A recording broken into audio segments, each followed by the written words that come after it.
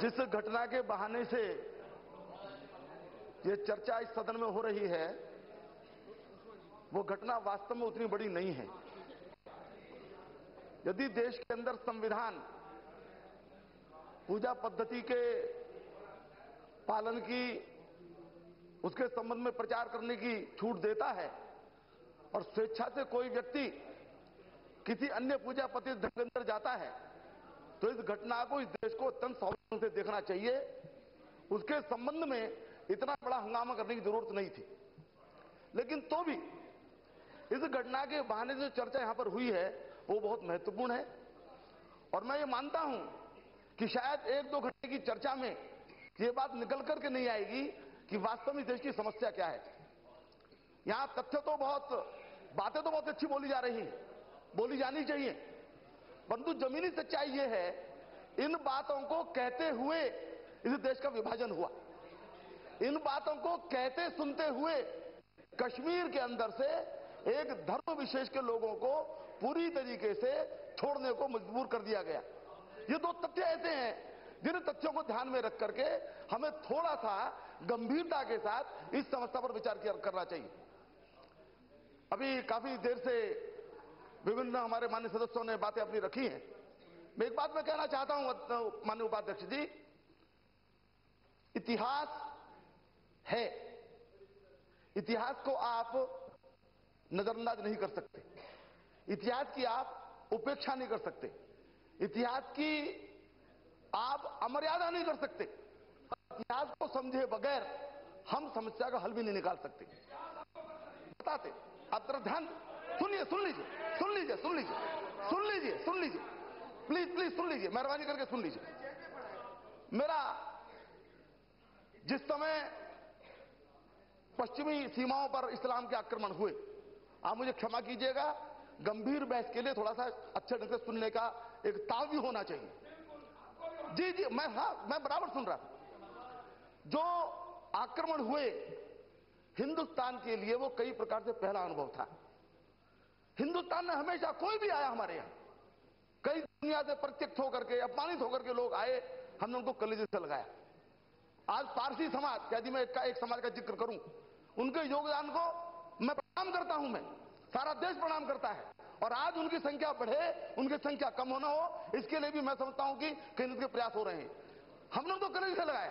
हमारे लिए बात बड़ी नई थी जब ये लोग आए, जब उस प्रकार के लोग आए और उन्होंने धर्म के आधार पर, पूजा पद्धति के आधार पर धर्म स्थानों को तोड़ना शुरू किया, बलात् धर्म परिवर्तन के प्रयास करने शुरू किए। हमारे लिए बात बिल्कुल नई थी। और मैं कहना चाहता हूं, मैं कोई एक घटना में नहीं जाता, तब से लेकर के जब 8वीं शताब्दी में पहला आक्रमण हुआ, तब से लेकर के बाद तक के सारे आप प्रकरण देखते चले जाइए, ये इतिहास हमारा पीछा नहीं छोड़ता है। आप बनारस जाइए, काशी जाइए, आप काशी में मैं जाता हूं, मुझे तकलीफ होती है जब मैं देखता हूं कि किसी समय वहां पर बाबा विश्वनाथ के मंदिर को किसी धर्मांध शासक ने तोड़ करके वहां पर मस्जिद बनाई थी। क्यों बनाई थी? क्या जरूरत थी बनाने की? मुझे चिंता होती है। कुतुब मीनार के पास जाइएगा, कुतुब मीनार के पास इतिहास शिलालेख लगा हुआ है, 24 जैन मंदिरों को तोड़ करके जो मस्जिद बनाई गई, उस पर लिखा हुआ है कुव्वतुल इस्लाम। क्या जरूरत थी इस बात की? और ये थी। मैं जो कहना चाहता हूं, मैं बहुत प्यार से, बहुत आग्रह से कहना चाहता हूं, इस प्रकार का इतिहास आपका पीछा नहीं छोड़ेगा। ये इतिहास सुनिए, ये इतिहास लोक कथाओं में है, ये इतिहास लोक नाटक में है, ये इतिहास लोक संगीत में है, ये इतिहास सब जगह है। हमने इतिहास की उपेक्षा की, इसको ठीक से एड्रेस नहीं किया। उसका दुष्परिणाम ये हुआ कि एक तरफ देश बटा और दूसरी कश्मीर जैसी घटना हुई। मैं उपाध्यक्ष ये कहना चाहता हूं, हमें इसको एड्रेस करना पड़ेगा। जब तक हम इस समस्या को एड्रेस नहीं करेंगे, जब तक संज्ञान लेकर हल नहीं ढूंढेंगे, तब तक इस समस्या का हल नहीं हो सकता। मैं थोड़ा समय दीजिए अध्यक्ष जी। यहां सामने लिखा है, आप जहां बैठे हुए हैं, धर्म चक्र प्रवर्तनाएं।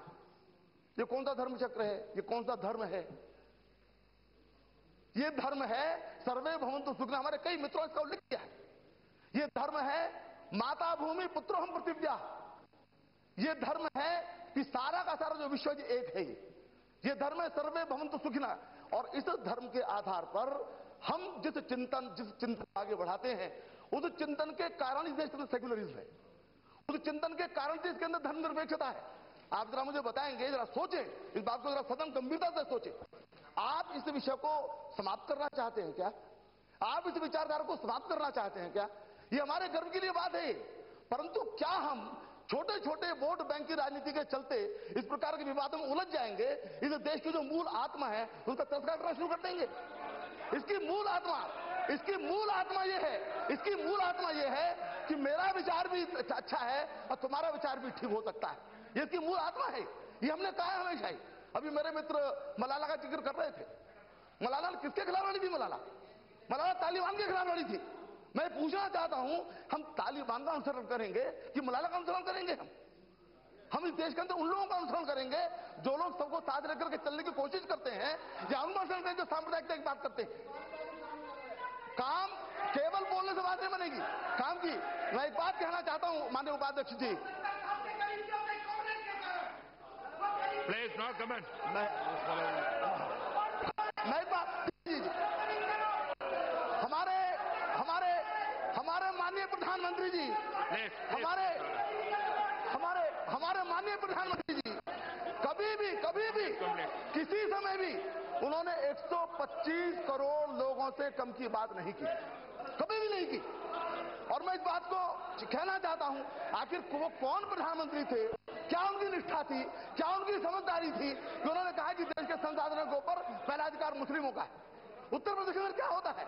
उत्तर प्रदेश में यही होता है। आज माननीय मुलायम सिंह जी, उनका बड़ा आदर करता हूं, बहुत जमीन से जुड़े हुए बड़े अथक परिश्रमी वो हमारे नेता हैं। आज उनकी भाषा बदली हुई थी।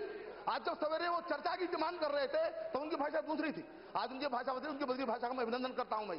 लेकिन उत्तर प्रदेश के अंदर भी जो कुछ हो रहा है वो वही हो रहा है जो संप्रदाय के आधार पूजा पद्धति के आधार पर भेद करता है। श्री प्रेम चंदू 2 मिनट में पूरा करता हूं।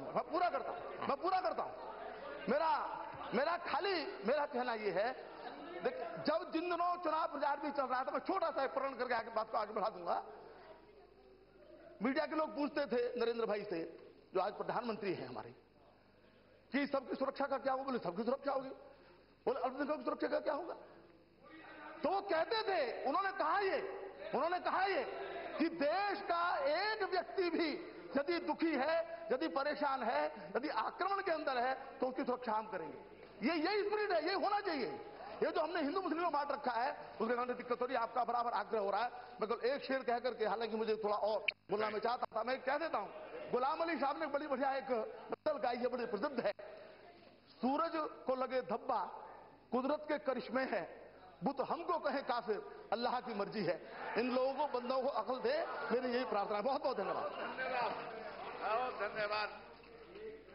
बहुत अच्छा मारा। चुगली समाप्त नहीं करवाई आपने? क्या बोल रहे हैं आप? मुसलमान